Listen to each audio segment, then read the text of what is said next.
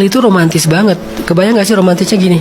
Ketika Fatimah jalan, Ali itu menutupi Fatimah. Padahal Fatimah itu pakai cadar, ditutupin sama Ali. Dan gak ada orang di situ. Masya Allah. Terus Fatimah nanya, kamu kenapa sih? Kata Fatimah, kata Ali, aku nggak rela bayang kamu dilihat siapapun.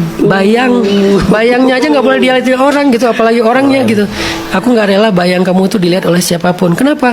Kamu terlalu istimewa sampai bayang kamu aja buat aku tuh sesuatu yang berharga. Jadi aku menutupi kamu biar bayang kamu tuh nggak ada. Masya Allah. Yes. Terus Ali itu kan terkenal sahabat kesatria, kuat banget gitu, walaupun humble.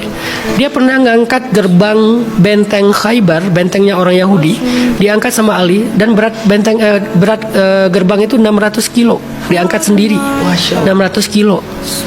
Tapi pas Fatimah wafat, Ali nggak kuat mengangkat tubuh Fatimah. Begitu mau diangkat, mau dimandikan, Ali bilang gini, tolong aku, tolong aku, tolong aku. Sehingga cewek-cewek di situ banyak yang nolongin Ali karena Ali tubuh Fatimah yang sangat ringan. Iya. Kenapa saya bilang ringan? Karena Fatimah ini kan orang yang hidupnya prihatin, makannya nggak banyak kan.